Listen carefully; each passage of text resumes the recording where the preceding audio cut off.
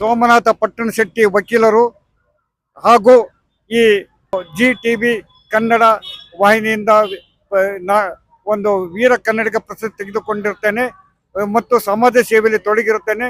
ಈ ಸಮಾಜ ಸೇವೆ ಇತ್ತೀಚಿನ ದಿನಗಳಲ್ಲಿ ಬಹಳ ಅತ್ಯವಶ್ಯವಾಗಿದೆ. ಯಾಕೆಂದ್ರೆ ನಮ್ಮ ನಾಡಿನ ಜನತೆಗಾಗಿ, ನಮ್ಮ ಊರಿನ ಅಭಿವೃದ್ಧಿಗಾಗಿ ಇದು ಅವಶ್ಯವಾಗಿದೆ.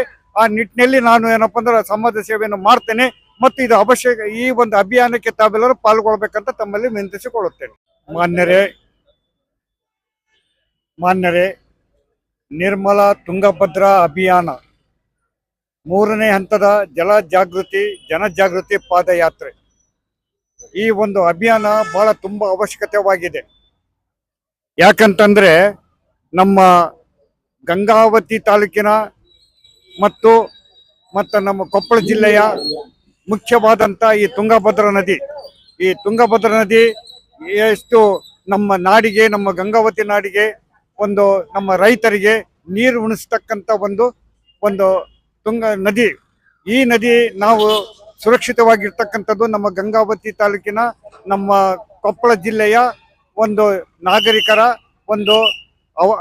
ಅವರ ಒಂದು ಕಳಕಳಿ ತುಂಗಭದ್ರಾ ನದಿಯ ಮೇಲೆ ಇರ್ತಕ್ಕಂಥದ್ದು ಅವಶ್ಯಕತೆವಾಗಿದೆ. ಇದು ನಮ್ಮ ರೈತರಿಗೆ ಒಂದು ಬೆಳೆ ಕೊಡ್ತಕ್ಕಂಥ ಒಂದು ಕಲ್ಪವೃಕ್ಷ. ಇದನ್ನು ನಾವು ಕಾಪಾಡಿಕೊಳ್ತಕ್ಕಂಥದ್ದು ಒಂದು ಮಹತ್ವವಾದಂಥ ಒಂದು ವಿಷಯವಾಗಿದೆ.